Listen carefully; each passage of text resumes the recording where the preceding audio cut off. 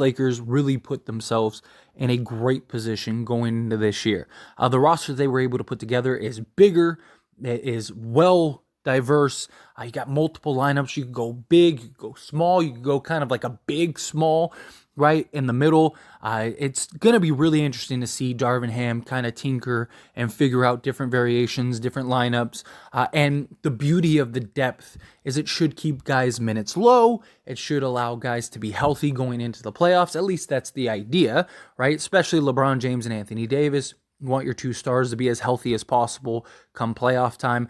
I think that this is a roster that can compete on a nightly basis. Even some nights, if both were to sit out, I think some of these teams in the league, the Lakers, could still manage to beat. I'm not saying that they make the playoffs or win an NBA championship or anything like that, but I do think that this is a roster, like if LeBron just took the year off, I really believe that this is a team that could make the playoffs with Anthony Davis, assuming he plays at least 60 games. And then same thing, even if you switched Anthony Davis with LeBron, I still think this is a team, assuming you get another center, that could compete for a actual playoff spot. That's how good and talented and deep I think this roster is. But time will tell, right? There's a lot that goes into that, right? You need to build the chemistry. The pieces need to fit. The pieces need to work. On paper, it looks like a seamless fit. Seems like a roster that should just right off the gate should be effective. The core guys have some experience together going to the Western Conference Finals, and they should be one of, if not the best teams in the league, and very likely the Western Conference. Now, I don't necessarily think the Lakers are going to care about seeding. I wouldn't be shocked if the Lakers are like the 4th or 5th seed by the end of the year, just because, again, it's going to be more about health, getting guys where they need to be. And you're going to have teams like Sacramento that actually care about seeding because they're a young team that has something to prove and they're hungry and they're going to be trying to get that 1 seed. The Memphis Grizzlies, that's another team, especially with Ja out. If they can still play well without him, which they've had success with, I could see them kind of trying to have a higher seeding and try to win as many games as possible. Where a team like the Lakers, the main goal is just be healthy, come to the playoffs, and you're probably in a good shape to win an NBA championship. But who are the teams that are in front of the Lakers that they have to overcome, right? I'm not saying that they're necessarily better than the Lakers, but what are the teams that could give the Lakers the biggest issues, the biggest fuss? According to ESPN, the only 2 teams in the Western Conference that they ranked higher than the Lakers. And I want to kind of dive into that. Now, obviously, this roster was built to face the Denver Nuggets. Jeannie Buss said the same thing. We learned a lot in that Denver series, and that's how we want to build our roster going forward. And that was size, right? Getting a big, sizable roster that can contend with a team like the Denver Nuggets. Obviously, the Denver Nuggets are the defending NBA champions, so you got to give them the nod, right? If anybody wants to put Denver ahead of the Lakers going into this season, can't really knock them, right? They are the champions. They're the team that you have to beat, that you have to go through. All roads lead through the defending champions. But I do think Denver is going to suffer some of a hit. They still have their starting 5, which is arguably the best in the entire league. And they have arguably the best player in the entire league in Jokic. Jamal Murray is fantastic and was really good on this playoff run. But the Lakers, I believe, could have and should have probably at least made that series a series. Yes, they got swept. I get it. But it took like Jamal Murray having the best playoff series of his career and Jokic and Murray hitting ridiculous shots. Like the Lakers had opportunities to win every single one of those games. And now the Lakers just have a more deep, talented roster. They still need another big man just to throw at Jokic, right? And kind of try to wear him down in an inevitable matchup, very likely. But again, Denver being the team that they are, I do understand if you want to kind of say, okay, Denver is a team that's in front of them. And Denver, though, losing Jeff Green and losing Bruce Brown, I think really is going to hurt. It might not hurt over the course of the regular season if guys can stay healthy, but I think come playoff time, it will, because Bruce Brown was great and big for them. not big in the sense of size, but big in the sense of like his impact for that roster and what he provided off the bench. And then also Jeff Green, him being a veteran guy that came in at times basically was Jokic's replacement. Denver really liked to go with like Jeff Green or Aaron Gordon at the 5, and now they lose that lack. It's two of the key sort of 7-8 pieces that they ran in the playoffs. Now they're leaning even more heavily on Braun. So it's going to be interesting to see how Denver matches up. Not just that, but winning back-to-back is extremely hard. A team hasn't done it in quite some time. And then on top of that, it's just you get the hangover from just winning the championship and all that stuff. Teams are really gunning for you. We've seen how that goes. Next up, according to ESPN, are the Phoenix Suns. I'm still not sold on the Phoenix Suns. Now, if you're just going based on paper, then give the Phoenix Suns the NBA championship, right? Because they are just front-loaded with ridiculous talent. They have the best 4 front to back in the league, right? I get that. Okay, fine. If you want to put them above the Lakers, sure. But, I mean, even the Lakers at least have a little more cohesiveness than the Phoenix Suns have. The Lakers have bigger. Their stars should be mismatches for Phoenix. Phoenix lacks defense. The Lakers have more depth. They have a little more experience. You kind of go down the checklist, and it's like the Lakers are quite a bit ahead. Now, again, if the Suns put it all together and they figure it out, and it works, and it clicks, then the Phoenix Suns are going to be an absolute handful, and they're going to be a monster, and they're going to be tough. They're going to be a tough out. They absolutely will.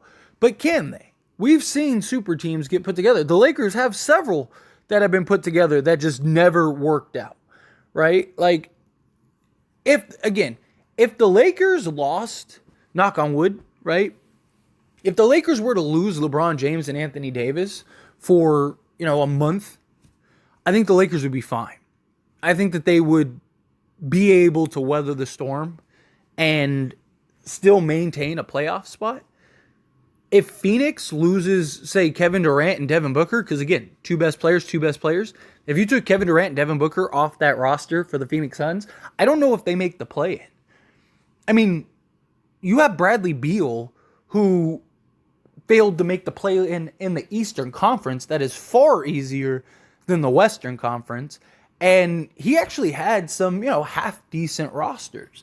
Not saying that they were great by any means, but he had talent, and he still wasn't able to do it. I mean, he even recently had Kuzma and Porzingis, and at one point Rui Hachimura, and it's Monty Morris. Like, it's just I just don't think Bradley Beal and DeAndre Ayton with the roster that they have is enough to do anything and go anywhere, right? And the Lakers, yes, have the concern of injury, and so do the Phoenix Suns. And Bradley Beal is not a model of health. Kevin Durant, not a model of health. Even Devin Booker has dealt with some injuries, nothing like too severe. And hopefully, again, I don't want anything to happen. I want to go through everybody fully healthy, right? Like, I don't want any of those asterisks where it's like, oh, well, if, Kevin Durant didn't go down, like, I want it to be Lakers just ran through everybody and won an NBA championship. I just am not sold on Phoenix. Phoenix is one of those teams, like, until I actually see pen to paper, I want to wait. Now, Phoenix fans and stuff like that, if they want to be hyped and feel like they are ready to win, then sure, by all means, go right ahead. I mean, look, us Laker fans, if we had a roster like that, we'd be feeling the same way, right? But we've seen the Lakers put together Steve Nash, Kobe Bryant, Pau Gasol, Metta World Peace, and Dwight Howard, and just barely squeak into the playoffs. We've seen them, granted that team made the NBA Finals, but still, you saw Gary Payton, Karl Malone, Shaquille O'Neal, Kobe Bryant, and injuries basically prevented them from winning the championship that year, right? Because if Karl Malone doesn't go down, they might have actually won that. So it's just, those are the kind of things that I want to wait and see what happens and how things develop before I'm like, crown the Phoenix Suns. But time will tell. Next up, Sacramento Kings. I think, again, they're young. They should be better. And look, I had a video like a month or two before the season began that basically called the Sacramento Kings season front to back. Like, I couldn't have been more right on the Sacramento Kings. And they're going to have another year where guys are going to be better, guys are going to be improved, they're going to have more chemistry, they're going to have better understanding. They're going to be a good team. Still not sold on them to actually win anything, but I wouldn't be shocked if they're the 1 seed in the Western Conference.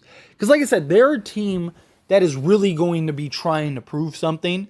They're a team that I think is going to be caring about where they are seeding-wise and are going to want home court and all that stuff. Sacramento is a tough place to play in and win at.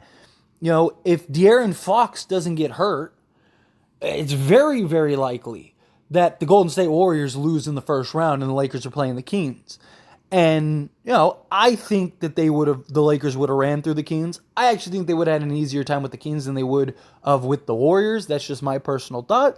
But there's a lot of people that think that the Kings would have beaten the Lakers. I don't think that this Sacramento Kings team would have, and I definitely don't think they would now, but I do think that they could be a tough out. I do think with another year of experience, kind of another, year of De'Aaron Fox kind of getting comfortable and fitting in as that guy, Keegan Murray having another year where he's continuing to thrive and whatnot. I think Sacramento could be tough. Like, I could see them forcing a game 6 against the Lakers or something like that. But I'm not super sold, right? I think the Kings are probably the 1 seed or 2 seed. I do. I mean, they were the 3 seed this past year. And I think Denver kind of takes a step back a little bit just because, again, you have the hangover and teams kind of going after you. The Grizzlies, they're a team that, how are they going to look without Ja Morant for, 20 games or whatever it is, 25 games? So Sacramento, I think, will be kind of primed and in a position to where they can get the 1 seed in the Western Conference. I just don't think that they end up coming out. I just think that they're a team that's going to have to kind of go through the grind, right? They're a team that, kind of like those old OKC teams. I'm not saying that they're as good as like those teams, but you saw like year 1, they make the playoffs, first round exit, 2, they get to second round, third round, and the next thing you know, they're in the NBA Finals, and then they were just never able to get over that hump. Kind of see that for the Kings. If they just kind of keep this core intact and kind of add pieces here and there, I could see, this year they're the 1 seed, they play Dallas or whatever in the first round, beat them, and now they're going off and facing Denver or the Lakers or something like that, and the Lakers end up handling them. That's kind of how I see that going. And kind of the last team I want to mention is the Clippers. Now, I think the Lakers are better than the Clippers. I think now they have the talent, they have the depth. Problem is that for whatever reason, the Clippers just have seemed to have our number, right? As much as I want to say the Lakers are just going to run through the Clippers, for whatever reason, we just can't seem to beat the Clippers. I don't know what it is.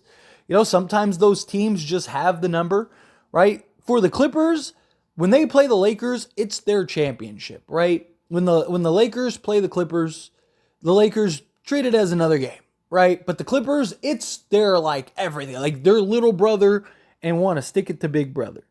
And they really seem to ball out. Now, playoffs is a completely different scenario, right? So if the Lakers were to meet the Clippers in the playoffs, I could see the Lakers kind of, buckling down more.